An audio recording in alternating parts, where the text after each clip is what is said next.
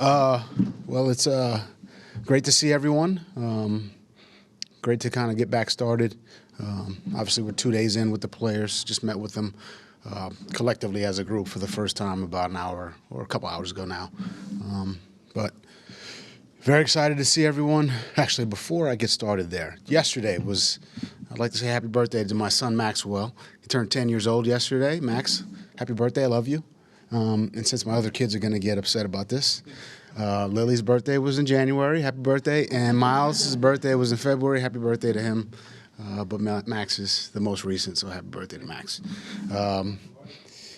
It's July, so, we got a little while. So, I'll make sure right around training camp, I'll make that announcement too. But back to the offseason program and the start to really the 2024 season. A lot of excitement. It's always great to get the guys back in the building, hear about how their offseason's been. A lot of guys have been traveling, spending time with their families, which obviously after a long season, they're deserving of that.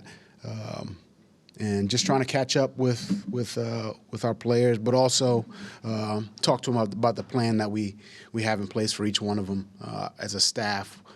We spend a lot of time, obviously, watching our own stuff and self-scouting that, but really watching each guy individually so that we could have let's call it an off-season plan of development for each player. We kind of presented those to those guys yesterday, and we'll be kind of working through that throughout this offseason. And we're excited to do that and really help these guys improve as much as we can. That's really what the offseason is about, is individual player improvement, development. And in doing that, when we collectively put it all together, hopefully their skill development's at a place where they can really, really do some good things, when we do get on the field in an 11-on-11 competition. So, with that said, any questions? Just when it came to the approach to free agency, what was the communication like with Kwesi in the front office and you in terms of bringing in players like Bernard and Blake Cashman?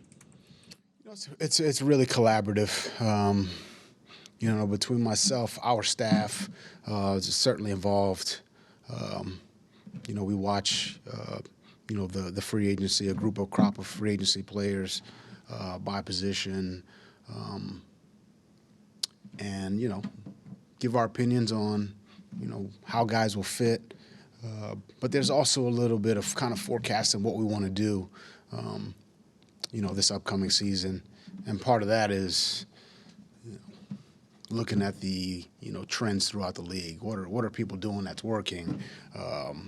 Who was good on third down? Who was good in the red zone? Who was good, stopping the run? Who was good in the pass game? And, with that information, saying, what kind of guys would we want to bring in that would help us, improve in those areas. And, all of that is, part of the process. Kwesi and, his staff with Griggs and Demetrius and, Chiz and Money, like those guys do a great job. So it's very collaborative. It's,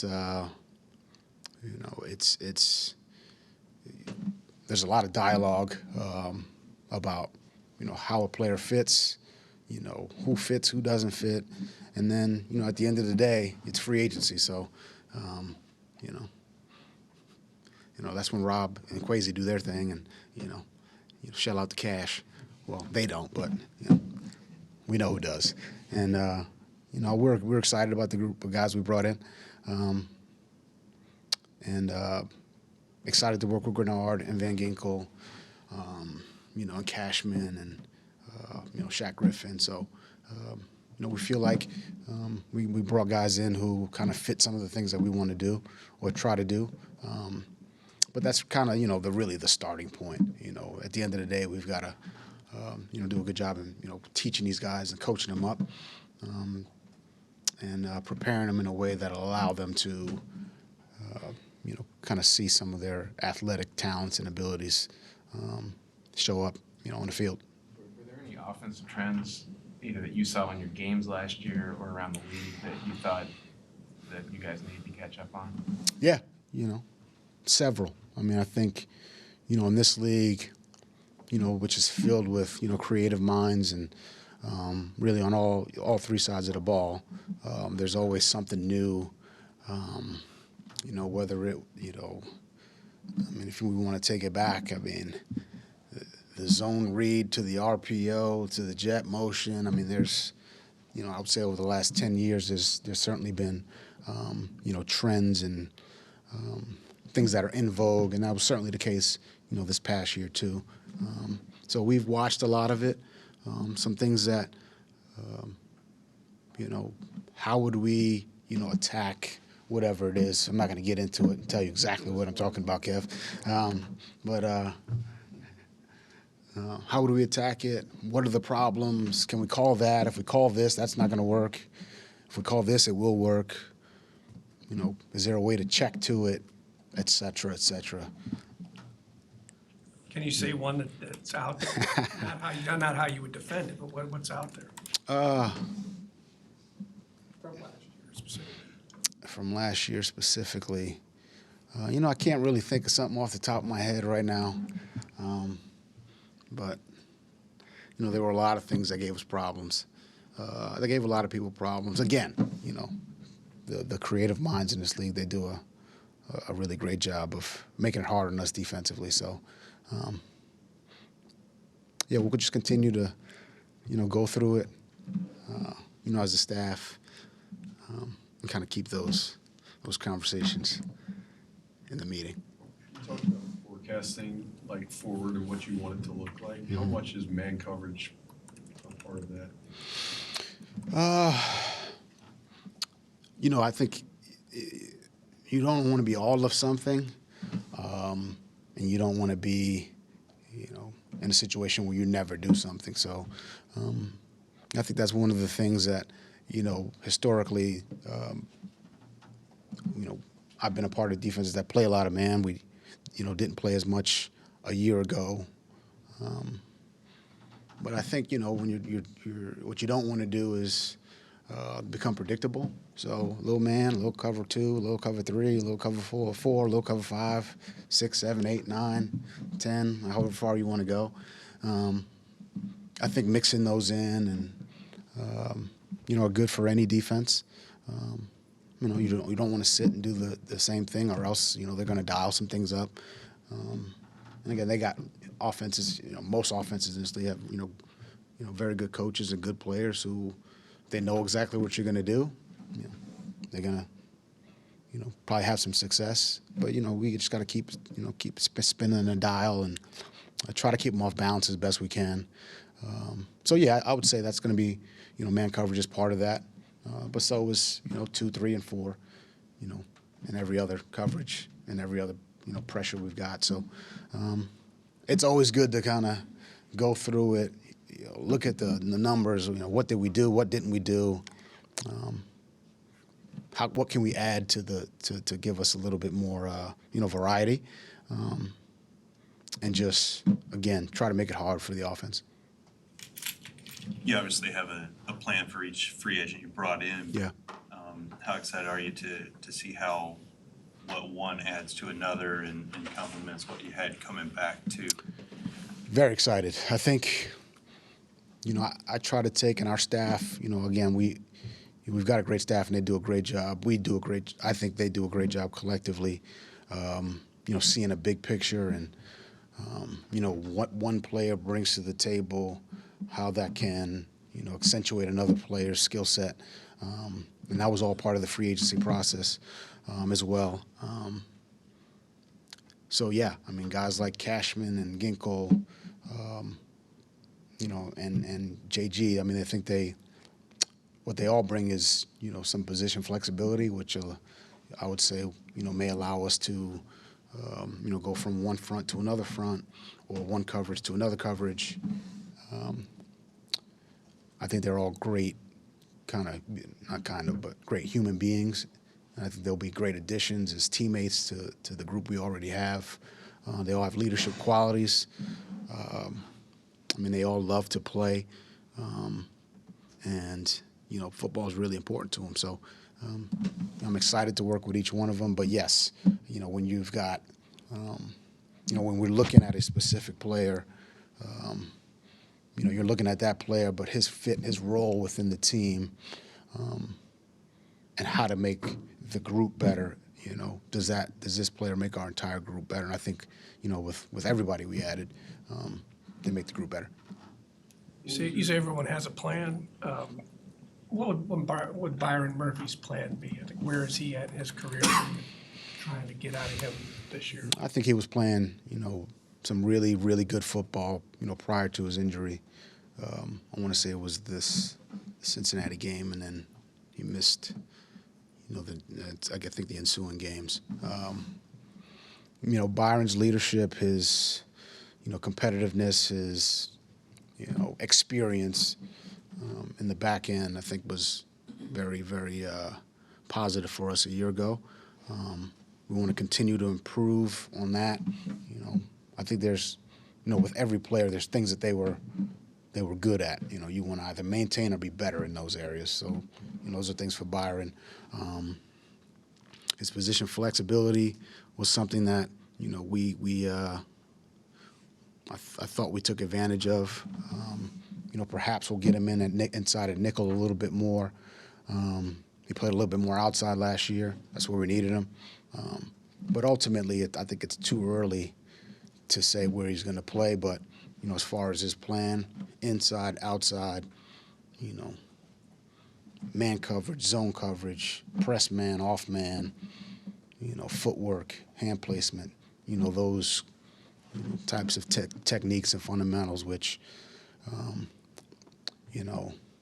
it's funny, I'm coaching my sons. They're 10 and 11, and you can teach them something, in an individual drill. But once the live bullets start going, it's just, hey, you got a down screen right here. You do it, 10 times. Once live bullets, he's standing there just waiting for a three-pointer.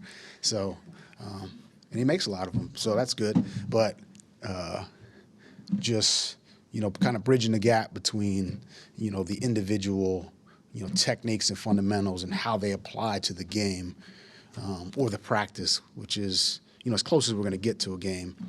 I think that's something, personally, I'm going to talk about more as we move forward. And I know I kind of got off on a tangent as I'm talking about Murph, but some of those things in individuals, that we practice, we need to see them, and really it's Byron and it's really everyone else, see them, in practice, and then, I expect we'd see him in the game as well. We haven't had a chance to talk to you since the end of the season. Did you have any opportunities to interview in the latest head coaching cycle? I did not. And, I don't really have control over, that situation. I will say I'm, very happy where I am. It's been a great offseason. I haven't spent this much time, with my family in an off season in a while without a move, or it's been a while. So, but to answer your question, I didn't. But I'm in a great spot. I'm very happy, and I'm excited to work with our guys right now, and also coach my boys as well. You think that I mean, I don't know if anyone would know for sure, but in terms of the lawsuit still being an active thing out there, that's going to be an impediment to.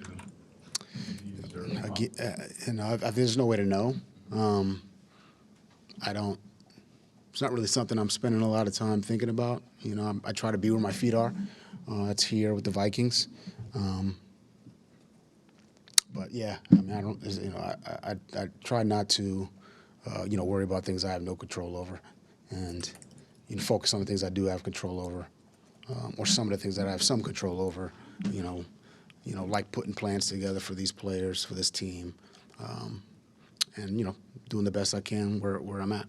Is that still your ultimate goal again, or how do you strive for that while being where your feet are, maintaining? I think,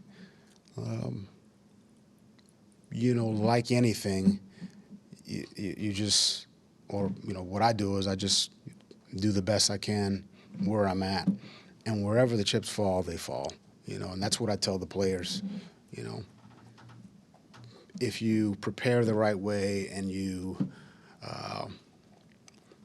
do everything you can possibly do to have success, you got to have peace with that, and you don't always win. Like that's the the crazy thing about football. You can do everything right and not win the game, because they're doing everything right too.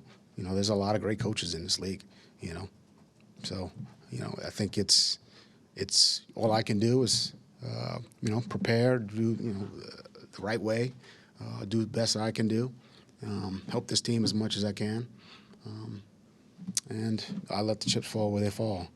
But I'm also not the type to kind of make it about me. I kind of feel uncomfortable right now talking about myself. It's a team game, and I'm always going to be that way. And I'm excited to be here. That's for sure. With Byron back and picking up an experienced veteran in free agency, are you set at corner now, or do you still think you need more? You can never have enough corners. So, again, it's a passing league. There's a lot of great receivers, so you can never have enough. I think every team feels that way. Between the amount of receivers they can put on the field, attrition, injuries. You can never have enough good corners or really good players throughout the roster. So, we got the draft coming up. There's a lot of excitement about that, and we'll see how that all shakes out. But I'm never going to say we have enough at any position. What are your thoughts on Caleb and Andrew Booth and We spent a lot of time watching those two, and really everyone, but those two in particular. They did a lot of good things. You go back, you watch practice film, you watch some preseason stuff. There's a lot of good there. We just got to be more consistent with those techniques and fundamentals we were talking about earlier. So we've had conversations with both guys. I know DJ has, to start this offseason. It's going to be a big offseason for them and really everybody. And I think they'll be up for the challenge. What was the reaction to Harrison Smith bringing him back? Joy is the word I'll use. I love Harrison. He's been a lot of fun to coach, a lot of fun to be around. His leadership, I don't know, people talk about his leadership all the time, but for me, he's somebody that we're having conversations about the game plan, matchups, things of that nature. So, personally, he's somebody that, I was, ecstatic that he was back. And I know how much he helps our team, in ways that you really can't quantify. Just pure joy that he's back. Ryan, is it hard to come up with a plan for a player that's so well established and like the older guys? Is it more of just a collaborative thing going into a season of something they know of? No, I got plenty of things for Harrison. A lot of things he can improve on and get better. I mean, that's the game. I mean, there's always something. There's never been a perfect game. There's never been a perfect play. There's always something that can be corrected, and that's the beauty of football. Last couple. With Andrew Van Ginkel specifically, just the way that you used him in Miami and he's continued to be used, I guess how would you describe the uniqueness of someone who rushes the passer, drops back in coverage, lines up all over the field, and I guess why is he capable of doing all of those things? I think he's got very good football intelligence. He's got very good athletic ability to play on the ball, off the ball. But yeah, intelligence and just athletic ability. I think I would say those are the top two traits for him that allow him to be the versatile player that he is. And I think he's got the potential to be a chess piece for us that we use possibly similar to like, Metellus. So we'll see how, it all shakes out. You never really know till we get on the field, and see how much, he can handle. But, my experience with him says that he can do a lot, handle a lot, and, we'll try to do as much as we can with him. Going back to Cashman, what do you see when you watch him? What stands out? Speed, physicality.